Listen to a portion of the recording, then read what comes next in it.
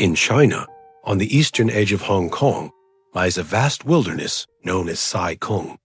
It is a place of mountains and dense forests, lakes hidden beneath mist, and waterfalls that vanish into stone.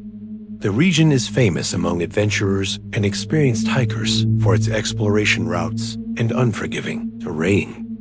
One trail in particular stretches for nearly 100 kilometers, widely regarded as challenging but beautiful.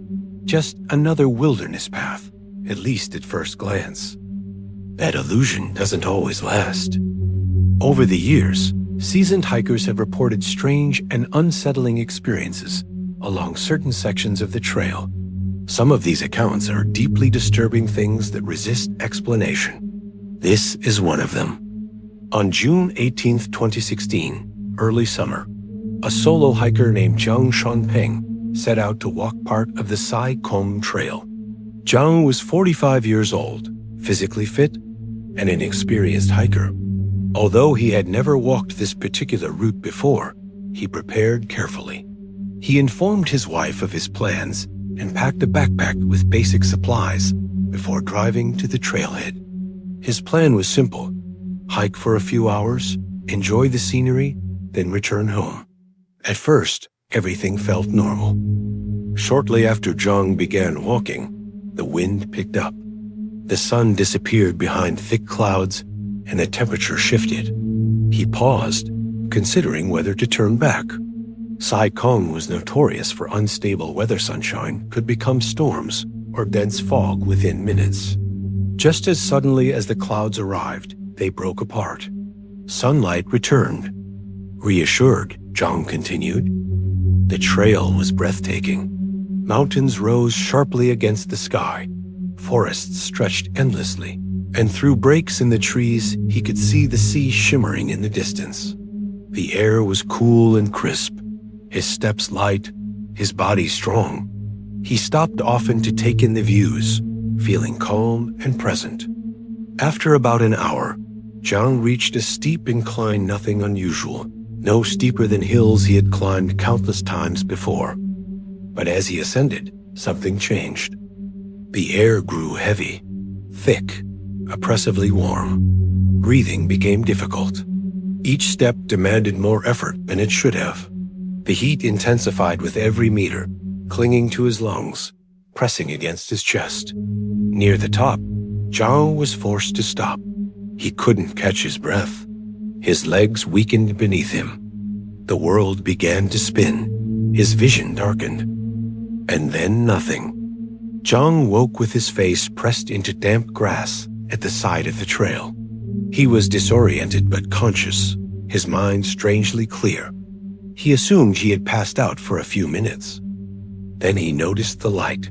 It was evening, dark. That couldn't be right.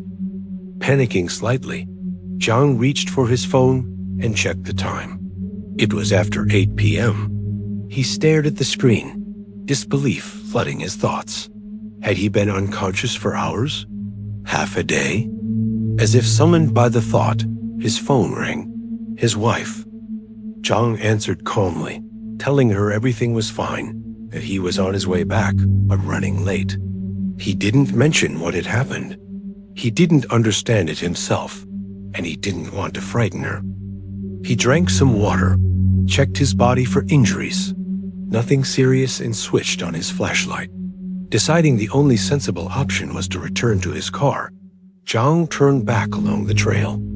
Almost immediately, he felt it. Something was wrong. The trail no longer felt alive. There were no birds, no insects, no sound of water. This was a place that should have been overflowing with life, but now it was silent. Not peaceful silence, heavy silence. The kind that presses against your ears until it feels loud. Fear crept into him. After only a few minutes of walking, Zhang realized he no longer recognized his surroundings. The forest looked unfamiliar, distorted, as if he had stepped into an entirely different section of land. It felt impossible. He had barely moved.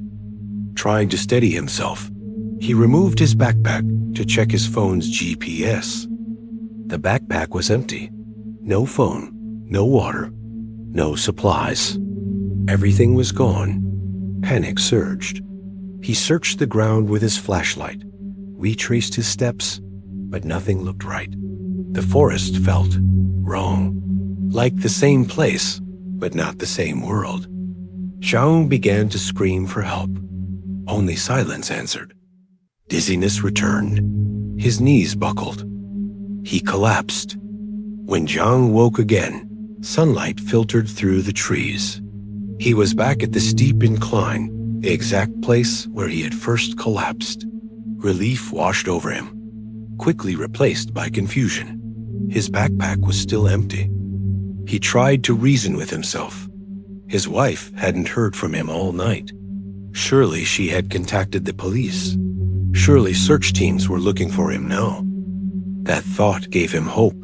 Calling out periodically for help, Zhang began walking again. Hours passed. The forest never ended. No voices, no footsteps, no signs of search teams. The silence remained absolute. Eventually, he wondered if stopping staying still might be safer than wandering blindly. That was when he saw the pond. He didn't remember it from earlier. Across the water, between the twisted trunks and hanging vines, stood a person. At first, Zhang's mind rejected what his eyes were seeing.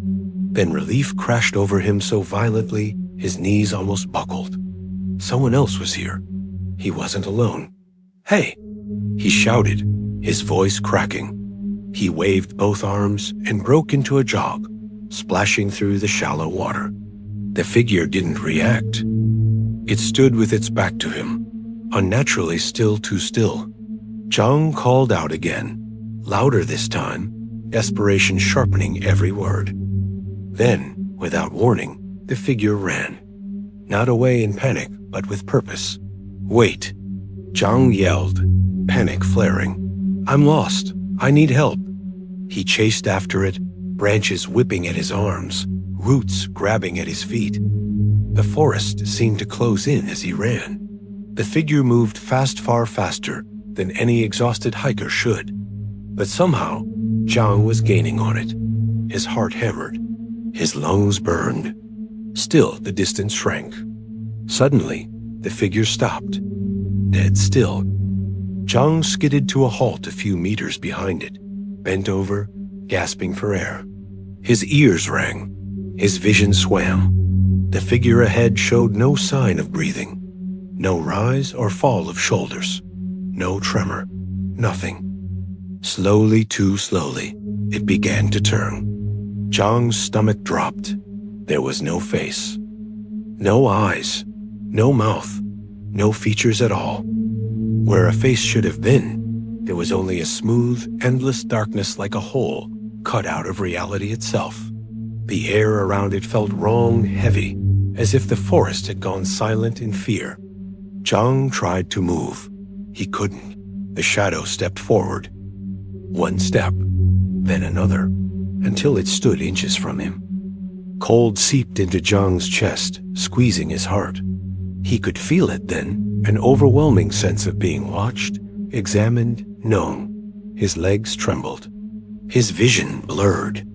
Certain he was about to die, Zhang shut his eyes. When he opened them, the figure was gone. The forest was gone. The light was gone. Night had fallen. And Zhang was completely alone. Total darkness pressed down on Zhang Shanpeng like a weight. He had no idea where he was, no clue what had happened. Being lost in the forest was terrifying enough, but this was something else entirely. It was a fear beyond fear, a pure, paralyzing horror that seeped into his bones. He had no plans to understand what had happened. Survival was all that mattered. Summoning the last scraps of courage, Zhang forced himself to move, desperate to find the pond he remembered, to navigate back to the trail. But the pond was gone. Only forest, darkness, and silence surrounded him. Every step felt surreal, as if he had been transported to another place, another time. A crushing heaviness pressed into his skull. His vision blurred, his legs weakened. And then suddenly he fell unconscious, the ground swallowing him once again. When he awoke, sunlight spilled across the forest. Again, more time had passed, and he was somewhere new, yet strangely familiar. The pond reappeared, the one where he had first seen the figure. Zhang wondered if he had lost his mind. Was he injured? Or had he gone insane? He didn't know, but he had no choice.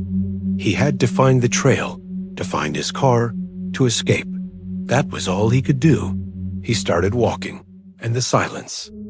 It was unlike anything he had ever heard.